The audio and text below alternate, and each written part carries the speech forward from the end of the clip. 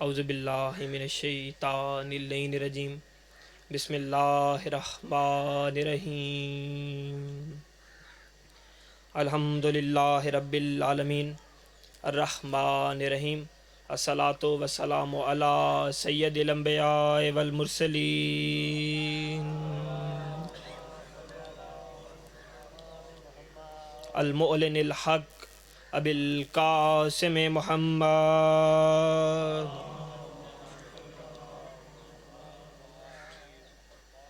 اما بعد بسم اللہ الرحمن الرحیم وَيَقُولَ الَّذِينَ كَفَرُوا لَسْتُ مُرْسَلُ قُلْ كَفَى بِاللَّهِ شَهِيدًا بَيْنِي وَبَيْنَكُمْ وَمَنْ عِنْدَهُ عِلْمُ الْكِتَابِ درود ایسے بھیجیں کہ علم ہو جائے سارے مجلس سننے کے لیے تشریف فرما ہے یہاں پہ۔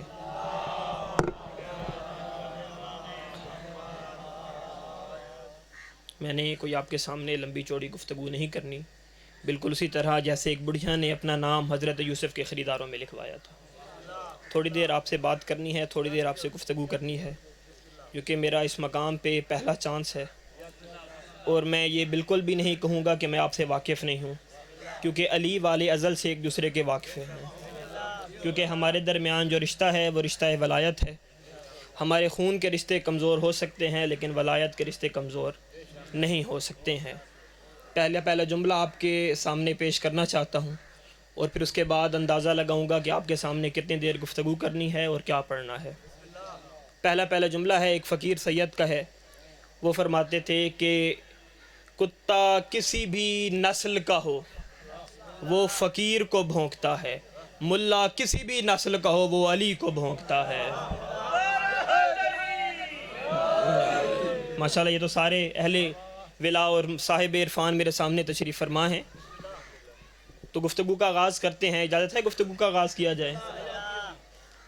چونکہ میں نے آپ کے سامنے قرآن کریمہ کی رکایت تلاوت کرنے کا شرف حاصل کیا ہے، جس میں خالق لم یزل یہ ارشاد فرما رہے ہیں وَيَقُولَ الَّذِينَ كَفَرُوا لَسْتُ مُرْسَلُ قُلْ كَفَى بِاللَّهِ شَهِيدًا کہ میرے حبیب جب تم سے یہ لوگ سوال کرتے ہیں نا کہ تم رسول ہو تو رسالت کے گواہ لے کے آؤ، تو ان سے کہہ دو کہ رسالت کے دو گواہ ہیں، ایک اللہ گواہ ہے اور دوسرا وہ گواہ ہے جو الکتاب کا علم رکھتا ہے۔ بس میں نے آپ کے سامنے قرآن کریم کی آیت کی تلاوت کر لی ہے اور اب میرے موضوع پہ آ چکا ہوں۔ رسالت کے کتنے گواہ ہیں جی؟ دو گواہ ہیں، ایک اللہ گواہ ہے اور دوسرا وہ گواہ ہے جو الکتاب کا علم رکھتا ہے۔ میں اپنے سے کوئی بات نہیں کہہ رہا، یہ قرآن کریم کی آیت ہے۔ کتاب کا نام ہے نہج الاسرار من کلام حیدر کرار، دوسری کتاب کا نام ہے الدر الثمین، لکھنے والے ہیں حافظ شیخ رجب علی برسی۔ یہ دو آسمان سے بڑی کتابیں ہیں ہمارے مذہب کی، اگر ان میں یہ بات موجود نہ ہو تو میں اپنی شاہ رگ کٹوانے کو تیار ہوں، اگر اس کے بعد بھی کوئی میری گفتگو پہ شک کرے تو پھر اس کے نطفے میں شک ہے۔ مالک کے سامنے ایک بندہ آگے کہتا ہے کہ مولا قرآن میں آپ کی سب سے بڑی فضیلت کون سی ہے؟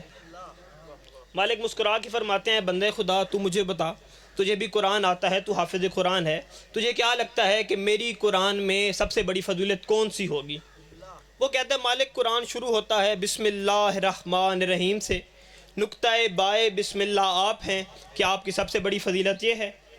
مولا نے فرمایا بے شک قرآن بائے بسم اللہ سے شروع ہو رہا ہے، اور قرآن کے آغاز میں جو نقطہ تحت البائے بسم اللہ ہے وہ میں علی ہوں، یہ میری فضیلت ہے لیکن سب سے بڑی فضیلت یہ نہیں ہے۔ اس نے کہا مالک آگے چلتے ہیں، سورہ فاتحہ میں اللہ کہتا ہے الحمدللہ رب العالمین الرحمن الرحیم، مظہر رحمان آپ علی ہیں، کہ آپ کی سب سے بڑی فضیلت یہ ہے؟ مالک مسکرا کے فرماتے ہیں بے شک یہ بھی میری فضیلت ہے لیکن سب سے بڑی فضیلت نہیں ہے۔ کہ مالک آگے چلتے ہیں، مالک یوم الدین میں یوم الدین کے مالک آپ علی ہیں، کہ آپ کی سب سے بڑی فضیلت یہ ہے؟ مالک مسکرا کے فرماتے ہیں بے شک یہ بھی میری فضیلت ہے لیکن سب سے بڑی فضیلت یہ نہیں ہے۔ کہ مالک آگے چلتے ہیں دین الصراط المستقیم میں صراط مستقیم آپ علی ہیں، کہ آپ کی سب سے بڑی فضیلت یہ ہے؟ مالک فرماتے ہیں بے شک یہ بھی میری فضیلت ہے لیکن سب سے بڑی فضیلت یہ نہیں ہے۔ کہ مالک الف لام میم میں آل محمد کا ذکر آیا ہے، کہ آپ کی آل کا یہ تذکرہ ہے، یہ آپ کی سب سے بڑی فضیلت ہے؟ مالک مسکرا کے فرماتے ہیں بے شک یہ بھی میری فضیلت ہے لیکن سب سے بڑی فضیلت یہ نہیں ہے۔ کہ مالک آگے چلتے ہیں ذالک الکتاب لا ریب فیہ ھدی للمتقین میں وہ لا ریب کتاب آپ ہے جو متقیوں کے لیے ہدایت ہے، کیا آپ کی سب سے بڑی فضیلت یہ ہے؟ مالک مسکرا کے فرماتے ہیں بے شک یہ بھی میری فضیلت ہے لیکن سب سے بڑی فضیلت یہ نہیں ہے۔ توجہ ہے آپ سامعین کی؟ میں اپنے سے ایک بات بھی نہیں کر رہا، میں نے آپ کے سامنے جتنی بھی تلاوت کی ہیں ساری قرآن کی آیتیں ہیں، اور یہ سارے مولا علی کے فضائل کے لیے نازل ہوئی ہیں۔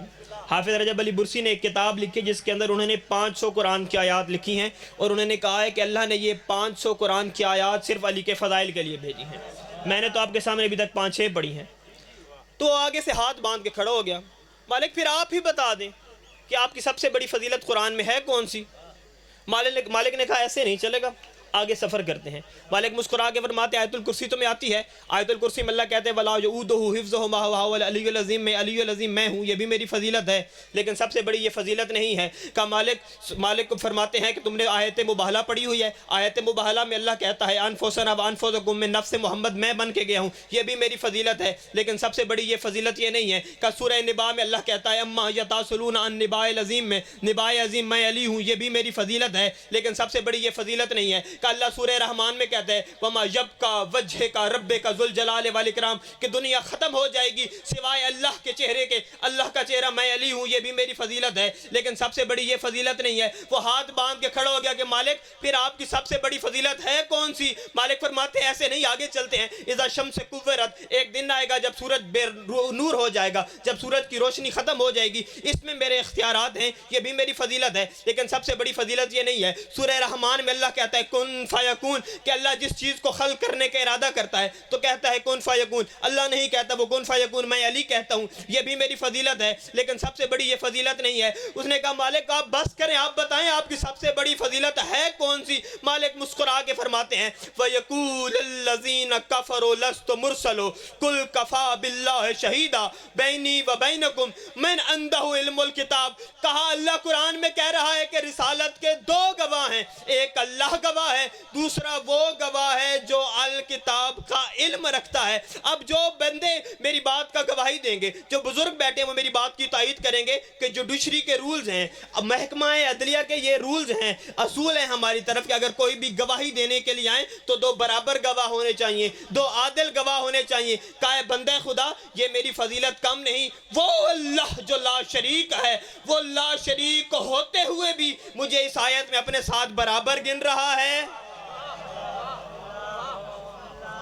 وہ لا شریک ہوتے ہوئے بھی مجھے اپنے ساتھ اپنے اس فعل میں برابر گن رہا ہے۔ اس سے بڑی کیا فضیلت ہوگی، کیا خوبصورتی ہوگی کہ جب اللہ کہہ رہا ہے کہ میں اور علی رسالت کے گواہ ہیں۔ اچھا یہاں پہ ایک جملہ یاد آ گیا، یہ جملہ میرا نہیں، میرے استاد محترم کے، وہ فرمایا کرتے تھے کہ اللہ کی خدائی کے لیے، اللہ کی معبودیت کے دو چھوٹے گواہ ہیں، ایک بڑا ایک چھوٹا، ایک محمد مصطفیٰ ہیں اور ایک علی مرتضیٰ ہیں۔ کہ جب رسالت کی بات آئی تو ایک بڑا گواہ ہے اور ایک چھوٹا گواہ ہے، لیکن جب ولایت علی کی باری آئی تو دونوں بڑے گواہ ہیں۔ یہی وجہ ہے کہ جو اللہ کا دشمن ہے وہ کافر ہوتا ہے، جو مصطفیٰ کا دشمن ہے، اللہ کا دشمن ہے وہ کافر، جو مصطفیٰ کا دشمن وہ کافر، لیکن جو علی کا دشمن ہوتا ہے وہ کافر نہیں ہوتا، وہ حرامی ہوتا ہے۔ یہی وجہ ہے کیونکہ سب سے بڑے گواہ علی کے ہیں۔ اب یہی دو بھائی ہیں، اب کتنی خوبصورت ان کے درمیان پیار پایا جاتا ہے بھائیوں کے درمیان، کہ علی فرما رہے ہیں کہ میں رسالت کا گواہ ہوں، اور رسالت محمدیہ یعنی محمد مصطفیٰ کہتے ہیں کہ علی تو میرے بعد خلیفہ بنے گا، یعنی محمد مصطفیٰ علی کی خلافت کی گواہی دے رہے ہیں اور علی محمد کی رسالت کی گواہی دے رہے ہیں۔ یہی وجہ ہے کہ منہج البلاغہ میں خطبہ ہے میرے مولا علی کا، مولا فرماتے جس دن میری خلافت کا منظر تھا، میری بیعت کا منظر تھا، تو اس دن مدینہ منورہ میں مسجد نبوی میں اتنا رش ہو گیا کہ رش کی وجہ سے میرے حسنین زخمی ہو گئے۔ اللہ اکبر یا علی، اتنا زیادہ رش ہو گیا، یا علی اتنا رش ہوا کیوں ہے؟ کہ رش اس وجہ سے تھا کیونکہ جو مسجد میں ممبر تھا اس ممبر کی 4 سیڑھیاں تھیں، توجہ چاہتا ہوں میں آپ کو سمجھانے کے لیے، اس میں تھی 4 سیڑھیاں۔ جب محمد مصطفیٰ کا دور تھا تو حضور اکرم اوپر والی سیڑھی پہ بیٹھا کرتے تھے، جب حضور کے جانے کے بعد جو خلیفہ بنا اس نے کہا میں وہاں بیٹھوں گا جہاں محمد کے قدم ہوا کرتے تھے، اب اس نے بلا تشبیہ پہلی سیڑھی چھوڑ دی اور دوسری سیڑھی پہ آ کے بیٹھ گیا۔ جب خلیفہ دوم کی باری آئی اس نے کہا میں تو وہاں بیٹھوں گا جہاں خلیفہ اول کے قدم ہوا کرتے تھے، اب اس نے اوپر والی 2 سیڑھیاں چھوڑ دی اور وہ تیسری سیڑھی پہ آ کے بیٹھ گیا۔ پھر جب خلیفہ سوم کی باری آئی اس نے کہا میں تو وہاں بیٹھوں گا جہاں خلیفہ دوم کے قدم تھے، اس نے اب اوپر والی 3 سیڑھیاں چھوڑ دیں اور وہ چوتھی سیڑھی پہ آ کے بیٹھ گئے۔ تو مولا علی فرماتے ہیں کہ مدینے کے لوگ حیران پریشان سرگردان اس لیے تھے کہ ممبر کی سیڑھیاں تو پوری ہو چکی ہیں علی آئیں گے تو بیٹھیں گے کہاں پہ؟ علی آئیں گے ممبر کے ساتھ کھڑے ہوں گے خطبہ دے کے چلے جائیں گے، معاذ اللہ علی کی توہین ہو جائے گی۔ توجہ ہے آپ حاضرین؟ مولا فرماتے اس دن مدینہ میں اتنا رش ہو گیا کہ رش کی وجہ سے میری حسنین زخمی ہو گئے۔ کہا جو مدینہ کی عورتیں تھیں وہ اپنے شوہر کے سہارے چل کے میری بیعت کا منظر دیکھنے کے لیے آئے، جو مدینہ کے بوڑھے تھے وہ عصا کے سہارے چل کے میری بیعت کا منظر دیکھنے کے لیے آئے۔ کہا جو مدینہ کے بچے تھے وہ کوہنیوں کے سہارے چل کے میری بیعت کا منظر دیکھنے کے لیے کہ یا علی مدینہ اتنا حیران پریشان ہے، سرگردان کیوں ہے، ان کی پریشانی میں کیسے اضافہ کیا جائے؟ تو مالک نے کہا ان کی پریشانی میں تب اضافہ ہو گیا جب میں گھر سے نکلا تو میں نے محمد کی عبا پہنی ہوئی تھی، میں نے محمد کا امامہ سر پہ سجایا ہوا تھا، میں نے محمد کا عصا ہاتھ میں اٹھایا ہوا تھا۔ کہا میں آیا اس وقت مدینہ اور حیران پریشان سرگردان ہو گیا۔ کہا میں نے اس سیڑھی پہ پاؤں رکھا جہاں خلیفہ سوم بیٹھا کرتے تھے، کہا میں نے اس سیڑھی پہ بھی پاؤں رکھا جہاں خلیفہ دوم بیٹھا کرتا تھا، کہا میں نے اس سیڑھی پہ بھی پاؤں رکھا جہاں خلیفہ اول بیٹھا کرتا تھا، کہا میں وہاں جا بیٹھا جہاں محمد بیٹھا کرتے تھے، اور محمد والی مسند پہ بیٹھ کے میں نے آسمان کی طرف دیکھ کے کہا الحمدللہ الذی جعل الحق علی مقامہ، کا حمد ہے اس اللہ کا جس نے آج حق کو اپنے مقام پہ بٹھا دیا، کا حمد ہے اس اللہ کی جس نے آج حق کو اپنے مقام پہ پہنچا دیا۔ اب بلا تشبیہ جو مدینہ کے لوگ تھے ان کی نبضیں رکی ہوئی، سانسیں بند۔ توجہ ہے سامعین کی؟ نبضیں رکی ہوئی، سانسیں بند، مدینہ کے لوگ پریشان۔ بلا تشبیہ مولا سلامت رکھے، بلا تشبیہ مولا علی نے ان کی سانسوں کو یہ جو تھمنے کی سپیڈ تھی اس کو ختم کیا، ان کی نبضوں کو بحال کیا۔ مولا علی بولے نہیں ہیں، بلا تشبیہ مولا علی نے کیا۔ توجہ ہے؟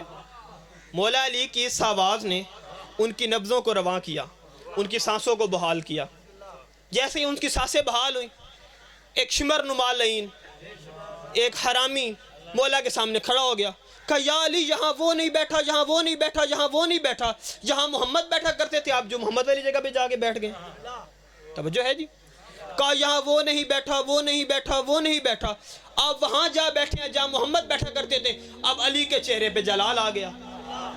اب میں جملہ تبدیل کرتا ہوں، علی کے نہیں اللہ کے چہرے پہ جلال آیا، اور جلال الہیہ نے اس کے اوپر جلال نکالا۔ کھڑے ہو کے کہتے ہو تیری ماں تیرے غم میں ماتم کرے، تو اس لکڑی کے بنے ہوئے پھڈے کو روتا ہے، اس وقت مر گیا تھا جب میں مہر نبوت پہ سوار ہوا تھا۔ توجہ ہے سامعین؟ جب میں مہر نبوت پہ سوار ہوا تھا۔ ماشاءاللہ اہل علم لوگ میرے سامنے بیٹھے ہیں، آپ مجھ سے بہتر جانتے ہیں کہ مصطفیٰ کے جو کندھے تھے یہ ایسے ہمارے کندھوں کی طرح نہیں تھے، وہاں فرشتے نہیں بیٹھے ہوتے تھے۔ ہمارے کندھوں پہ تو اللہ نے فرشتوں کی ڈیوٹیاں لگائی ہوئی ہیں نا، کیمرے لگائے ہوئے ہیں اللہ نے، تو ان کے ایک کندھے پہ مہر نبوت ہوا کرتی تھی اور ایک کندھے پہ آیت لکھی ہوئی تھی۔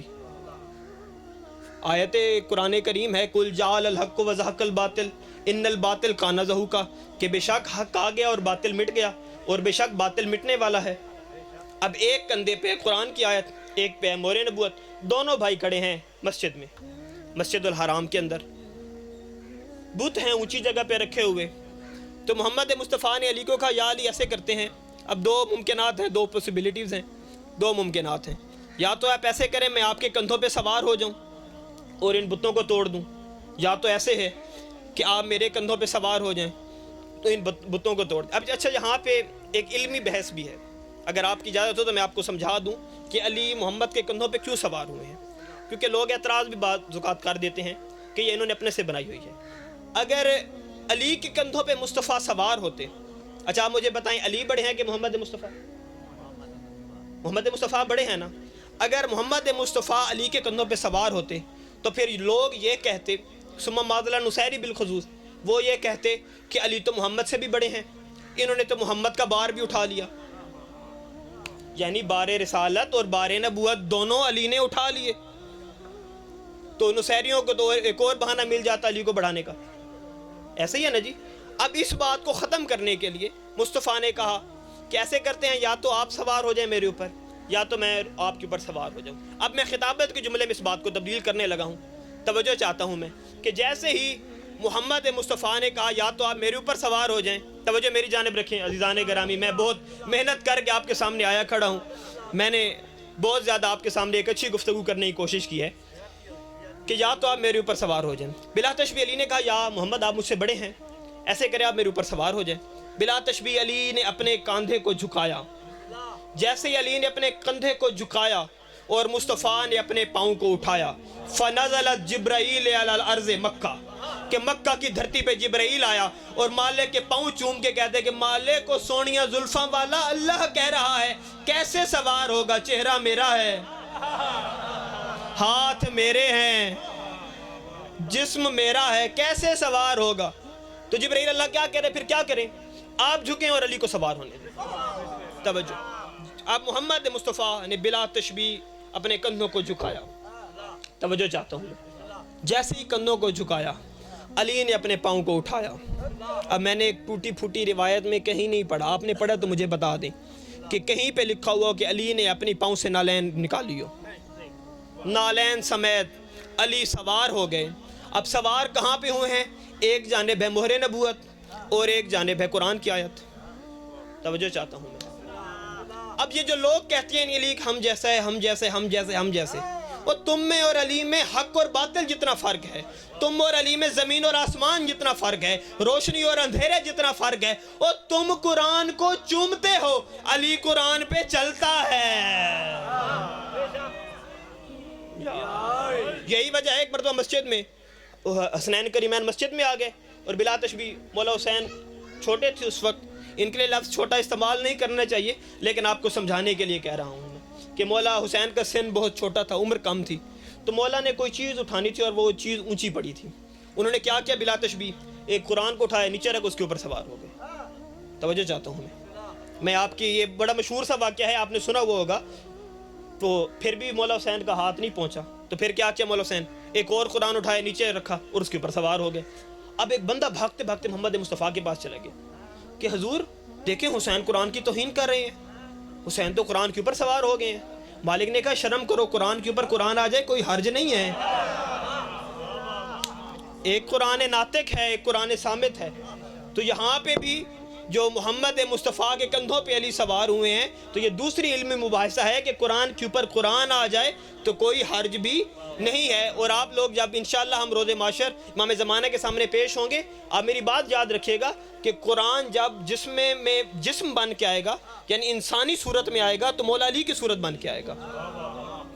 تو اس وجہ سے اگر علی بھی قرآن کے اوپر آ جائیں تو کوئی اس میں حرج والی بات نہیں ہے. یہی وجہ ہے جب اللہ نے زمین کو خلق کیا.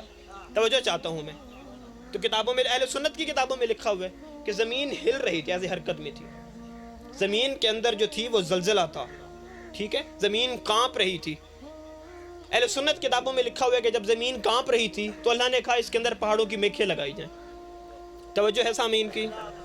لیکن ہم میں اہل عقیدہ والے ہیں, اہل حق لوگ ہیں, تو اہل مذہب, اہل تشیع میں جو روایت لکھی ہوئی ہے کہ جب زمین خلق ہوئی, زمین کے اندر زلزلہ تھا, تو زمین ہل رہی تھی.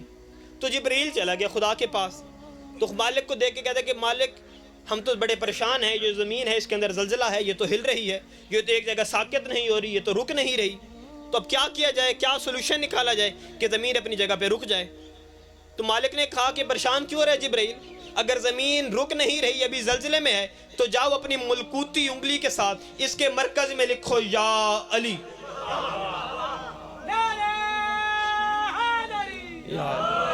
اب زمین کے مرکز میں لکھا گیا یا علی.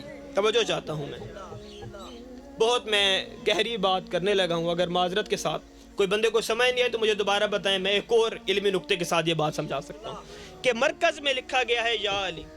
اب آپ نے یہ بات سنی ہوگی تو آپ کے ذہن میں بھی ایک پریشانی آئی ہوگی کہ اب زمین کے مرکز میں جو علی لکھا گیا ہے, اب ہم جو اوپر سے چل رہے ہیں ہمیں کیا پتہ علی کہاں لکھا ہوا ہے.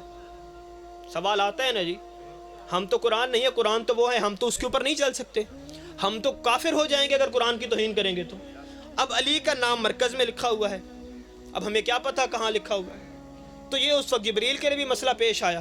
اس نے کہا مالک میرے استاد کا نام آپ نے لکھوا دیا ہے زمین کے مرکز کے اوپر، میرے لیے پریشانی بن گئی ہے، آدم کے نالائق بچے، آدم کے 2 ٹکے کے بچے اگر اس کے اوپر پاؤں رکھ دیں۔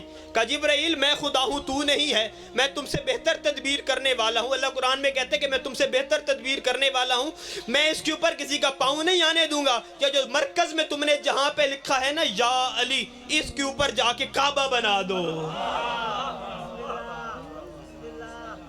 کہا جہاں پہ لوگ پاؤں رکھنے کا سوچتے تھے وہاں کی ان کی پیشانی نہ ٹکا دوں تو مجھے اللہ نہ کہنا۔ اب درمیان میں زمین کے لکھا ہوا ہے یا علی، اور اس کے اوپر کیا چیز بنائی گئی ہے؟ کعبہ کو خل کیا گیا ہے۔ اب یہاں پہ پتہ نہیں میرے اوپر بعد میں بے شک فتوے لگتے ہیں تو لگنے دیں، میرے اپنے گھر میں بھی میرے اوپر بڑے فتوے لگتے ہیں کہ یہ نصیری ہے، تو اس بات سے ویسے بھی مبرہ ہوں، اس بات میں پریشانی والی کوئی بات نہیں ہے، اور میں اپنے لیے خوش قسمتی سمجھتا ہوں کہ جب مجھے مجلس کی دعوت کے لیے کال کی گئی تھی تو میں نے ان سے معذرت کی تھی پہلے، کیونکہ اتوار والے دن میری ایم فل کی کلاسز ہوتی تھیں، ایسی ہی بات ہوئی ہے نا ہماری، تو انہوں نے کہا ہے کہ مہربانی کریں آپ کوئی کریں، تو ہمارے لیے کچھ بہتری تھی کہ آپ کو پتہ ہے تعلیمی ادارے سارے بند ہو گئے تھے، اس کی وجہ سے پھر آپ کی زیارت کا مجھے شرف حاصل ہو گیا۔ تو میں کہاں تھا؟ یہاں یا علی جہاں پہ لکھا ہوا ہے بیت اللہ، جہاں پہ کعبہ رکھ دو۔ اب مجھے یہ سمجھ نہیں آ رہی کہ لوگ کہتے ہیں علی ہم جیسا ہے، ہم جیسا ہے، ہم جیسا ہے۔ توجہ چاہتا ہوں، اب جس کے نام کو لوگ سجدہ کرتے ہیں، توجہ چاہتا ہوں میں، وہ جو وہاں پہ کعبہ رکھا گیا ہے وہاں پہ کیا لکھا ہوا ہے؟ تو سجدہ کس کو ہو رہا ہے؟ علی کے جسم کو سجدہ نہیں ہو رہا، علی کے اسم کو سجدہ ہو رہا ہے، اور جس کے اسم کے سجدہ ہو اس کے جسم کے ساتھ کیا ہوگا؟ تو اس کے اسم، اب یہ جو خانہ کعبہ ہے نا یہ بیسیکلی شبیہ ہے ہمارے پاس، مجھ سے لوگ بہتر جانتے ہیں یہ شبیہ ہے، اس کے اوپر ایک اور کعبہ ہے جس کا نام ہے بیت المعمور، ٹھیک ہے؟ یہ ہمارے پاس یہ کعبہ ایک سلسلہ چلتا ہے کعبے کا، کیونکہ آپ کو پتہ ہے پہلے ہمارے پاس زمین ہے، ہم جو لوگ عبادت کرتے ہیں تو ہم اپنی عبادت اس خانہ کعبہ کو دیتے ہیں، یہ خانہ کعبہ ہماری عبادات کو اکٹھا کر کے اپنے کعبہ کی طرف بھیج دیتا ہے، ٹھیک ہے؟ یعنی چوتھے آسمان پہ ایک اور کعبہ ہے جسے کہا جاتا ہے ملکوتی کعبہ، وہ ہمارے پاس ہے بیت المعمور، جہاں فرشتے عبادت کرتے ہیں اس کی جانب دیکھ کے۔ پھر اس کے اوپر اس کے اوپر ایک اور کعبہ ہے جس کا نام ہے ذرہ، وہ ہمارے پاس ہے جبروتی کعبہ، اور وہ عرش کے نیچے ہے، یعنی 7ویں آسمان کے اوپر جو مخلوق پائی جاتی ہے اس کے لیے جو کعبہ بنایا گیا ہے وہ ہمارے پاس ہے ذرہ۔ کتاب میں لکھتے ہیں، شیخ الکلینی بھی لکھتے ہیں کہ اگر آپ کے پاس ایک پانی کا قطرہ ہے اور ذرہ کے درمیان سے آپ اگر پھینکیں تو وہ بیت المعمور کے درمیان سے گزرتا ہوا یہ خانہ کعبہ کے مرکز میں آ کے گرے گا، ٹھیک ہے؟ یعنی اگر ایک پانی کا قطرہ ہے آپ اسے ذرہ یعنی عرش کے درمیان سے بھی پھینکیں گے تو وہ آ کے ہمارے پاس خانہ کعبہ کے درمیان میں گرے گا۔ توجہ چاہتا ہوں میں، یہی وجہ ہے کہ علماء لکھتے ہیں کہ علی خانہ کعبہ کے مرکز میں آئے ہیں۔ توجہ چاہتا ہوں میں، ایک نے عرش سے آنا ہو اس کے لیے کوئی رستہ ہونا چاہیے، اب عرش سے گزرے ہیں علی، ذرہ میں آئے، ذرہ میں ظہور ہو گیا علی کا۔ توجہ چاہتا ہوں میں، مشکل گفتگو تو نہیں کر رہا آپ کے سامنے، ذرہ سے گزر کے بیت المعمور میں آگے، بیت المعمور میں ظہور ہو گیا علی کا، پھر آخر میں ہمارے پاس ظہور ہو گیا 13 رجب کو۔ یہی وجہ ہے ہمارے پاس کہ یہ ایک دوسرے کے اوپر بنائے گئے ہیں، ان کا کام کیا ہے؟ یہ عبادات ایک جانب منتقل کرتے ہیں۔ توجہ چاہتا ہوں میں، یعنی ہمارے پاس یہ جو خانہ کعبہ ہے ہم تمام لوگوں کی عبادت کو اکٹھا کرے گا اور اپنے کعبہ کی طرف بھیج دے گا، وہ ہمارے پاس کعبہ ہے، وہ ہے بیت المعمور۔ بیت المعمور اب دو چیزوں کی عبادات کو اس نے اکٹھا کرنا ہے، ایک ہم انسانوں کی اور ایک دوسرے فرشتوں کی، ٹھیک ہے؟ یعنی ہمارے پاس ملکوتی عبادت وہ اکٹھا کر کے ذرہ کی جانب بھیج دیں گے، ذرہ کیا کرے گا؟ جبروتی عبادت، ملکوتی عبادت اور ہماری عبادت، ان 3 عبادتوں کو اکٹھا کر کے اپنے کعبہ کی طرف بھیج دیں گے، اور ذرہ کا جو کعبہ ہے وہ ہے عرش۔ توجہ چاہتا ہوں میں، ذرہ کیا ہے؟ کعبہ ہے ہمارے پاس، اس کا کعبہ کیا ہے؟ عرش۔ اب مجھے نہیں پتا کہ مصطفیٰ افضل ہے کہ عرش افضل ہے، کہ جس کو نالین اتارنے بھی نہیں دی خدا نے عرش پہ۔ توجہ چاہتا ہوں میں، اللہ نے کہا ہے نا کہ محمد مصطفیٰ نالین نہ اتارو، عرش کو معلق کر دو، تو جس کی نالین کو ہم سجدے کر رہے ہیں اسے محمد مصطفیٰ کہتے ہیں۔ تو یہ ان کے درمیان آپس میں پیار ہیں، باہمی پیار ہیں آل محمد کے اور خدا کے، اللہ ان کو بلند کر دیتے ہیں اور یہ سجدہ کر کے بتا دیں کہ وہ ہم سے بھی بلند ہے، اس لیے آپ لوگوں نے پریشان نہیں ہونا، آج کل ویسے بھی ہمارے خلاف بہت زیادہ مہم چلائی جا رہی ہے، ہم اہل ولا کے خلاف بہت زیادہ مہم چلائی جا رہی ہے، اور امام زمانہ کا ظہور بہت زیادہ قریب ہے ہمارے پاس، بہت زیادہ قریب ہے، بہت زیادہ قریب ہے۔ یہ بہت بڑا چھانہ لگا ہوا ہے، بہت بڑا چھانہ، اب ان قریب پچھلے دنوں ایک بہت بڑا چھانہ لگے ہمارے پاس، اور ابھی مزید لگنے جا رہے ہیں، اور بہت سارے لوگ سائیڈ پہ ہو چکے ہیں، اور ہم دعا کرتے ہیں سارے امام زمانہ کے سامنے سجدہ روز ہوں۔ میں آپ سب کے لیے دعا کرتا ہوں، آپ میرے لیے دعا کریں کہ ہم ایک ساتھ امام زمانہ کے سامنے پیش ہوں۔ یہی وجہ امام زمانہ کا ظہور ہونا آپ کو پتہ کس چیز کے اوپر ہے؟ امام زمانہ نے آ کے کیا کرنا ہے؟ امام زمانہ کے آنے کا ایک مقصد ہے، اور وہ ہے جناب فاطمہ کے قاتلوں سے بدلہ لینا۔ توجہ چاہتا ہوں میں، کیا کہہ رہے ہیں؟ بالکل بجا فرما رہے ہیں، مولا کا نام ہے المنتقم، یعنی انتقام لینے والا، بدلہ لینے والا، اور انہوں نے آ کے جناب سیدہ کے قاتلوں سے بدلہ لینا ہے۔ اسی وجہ سے میں نے ایک جملہ کہا تھا کہ اپنے استاد محترم سے بھی یہ جملہ سنا ہے، وہ فرمایا کرتے تھے کہ لا الہ الا اللہ کے لیے جو پہلی مستور قتل ہوئی تھی وہ ہے بی بی آسیہ۔ جب فرعون کو پتہ چلا تھا نا کہ یہ موسیٰ کو پالتی رہی ہے، تو اس نے کیا کیا؟ اس نے بلا تشبیہ کہا کہ اس کو قتل کر دو۔ اس نے کیا کیا؟ آسیہ کے ہاتھ باندھ دیے، پاؤں باندھ دیے، اور اوپر ایک بہت بڑا پتھر رکھا، اور اوپر سے پتھر نیچے پھینکا۔ اب پس گئی حضرت آسیہ زمین اور پتھر کے درمیان۔ یہ تھی لا الہ الا اللہ کے لیے پہلی شہادت، اور محمد رسول اللہ کے لیے جو پہلی مستور قتل ہوئی تھی وہ تھی ہمارے پاس حضرت میثم تمار کی ماں۔ جب کافروں کو پتہ چلا نا کہ اس نے کلمہ پڑھ لیا ہے، اس نے کیا کیا؟ دو کافروں نے پکڑ لیا بی بی کو، اور ایک کافر نے کیا اٹھایا؟ نیزہ اٹھایا، اور نیزے کے ساتھ حملہ کرنا شروع کر دیا۔ کتابوں نے ایسے ہی لفظ لکھے ہیں کہ قیمہ بن گیا تھا بی بی کا، اتنے زیادہ نیزے مارے گئے تھے۔ اور اب جملہ سبل کے بیٹھے گا آزادران امام مظلوم کہ علی ولی اللہ کے لیے جو پہلی مستور قتل ہوئی وہ کوئی عام بی بی نہیں، حسنین کی ماں فاطمہ زہرا ہے، جنہوں نے ولایت علی پہ اپنی قربانی دے دی ہے۔ 4 گھنٹے دربار میں کھڑی رہی ہیں بی بی، چونکہ ہمارے پاس 8 شوال آپ لوگ بہتر جانتے کہ یوم انہدام ہے جنت البقیع کا، تو میرا ارادہ ہے کہ آپ کے سامنے بی بی کے مصائب پڑھا جائے تھوڑا سا، کیونکہ پچھلی مجلس میرے خیال میں جب آپ لوگ تھے تو اس وقت میں نے مصائب نہیں پڑھا تھا وقت کی قلت کی وجہ سے، تو تھوڑا سا مصائب آپ کے سامنے میں پیش کروں گا کہ علی ولی اللہ کے لیے جو پہلی مستور قتل ہوئی وہ ہمارے پاس ہے حسن حسین کی ماں۔ 4 گھنٹے دربار میں کھڑی رہی۔ 4 گھنٹے بعد کمینہ پوچھتا ہے کہ کیوں آئی ہیں؟ فارسی جملہ ہے ایک، سوال زہرا کجا تلخی جواب کجا، کہ سوال کرنے کا انداز بھی دیکھیں اور تلخی جواب بھی دیکھی جائے۔ بی بی نے کہا تو جس تخت پہ بیٹھا ہے یہ میرے شوہر کا حق ہے۔ یہ جو اب کیمرے میں چلی ہوئی ہے کچھ باتیں ہوتی ہیں جو لائیو بندہ نہیں کر سکتا، لوگوں نے ابھی تک اس کے اوپر بحث لگائی ہوئی ہے کہ باغ فدق باغ فدق باغ فدق۔ بے شک باغ فدق بھی اس کے ساتھ ایک اسٹریٹجی تھی ہمارے پاس آل محمد کے بعد، وہ کوئی ایک باغ نہیں تھا، ایک بیسیکلی ایک ریاست تھی، اور اب وہ 6 ملکوں میں ہے۔ اس کی وسعت کا آپ خود اندازہ لگائیں، جو 6 ملکوں کے اندر آتی ہو تو پاکستان سے تو بڑی ہی تھی ہمارے پاس، اس کی بہت زیادہ آمدن تھی، جس کے ساتھ نبی پاک جو تھے اس میں سے کچھ جیسا حکومت کو دیا کرتے تھے اور باقی اہل بیت کے لیے تھا۔ جب خلیفہ اول کا وقت ہے اس نے کہا کہ ہمارے پاس یہ سلسلہ نہیں چل سکتا باغ فدق کا، کیونکہ اگر باغ فدق کی آمدن آئے گی تو ہم اپنا حکومتی نظام چلا سکیں گے، تو اس کی وجہ سے نے کیا کیا کہ باغ فدق پہ قبضہ کر لیا، ورنہ یہ تھا آل محمد کا حق سارا کا سارا۔ نبی اکرم اس آل محمد کے حق میں سے امت پہ لگاتے رہے تھے، اس نے کیا کیا کہ آل محمد کا حق بھی چھین لیا۔ اب 4 گھنٹے دربار میں کھڑی رہی ہیں۔ 4 گھنٹے بعد پوچھتے ہیں ظالم کیوں ہیں؟ بی بی نے کانپتے ہوئے ہاتھوں کے ساتھ ایک سند دکھائی ہے کہ ظالم یہ سند ہے کہ اس کے اوپر میرے بابا کے دستخط ہوئے ہیں۔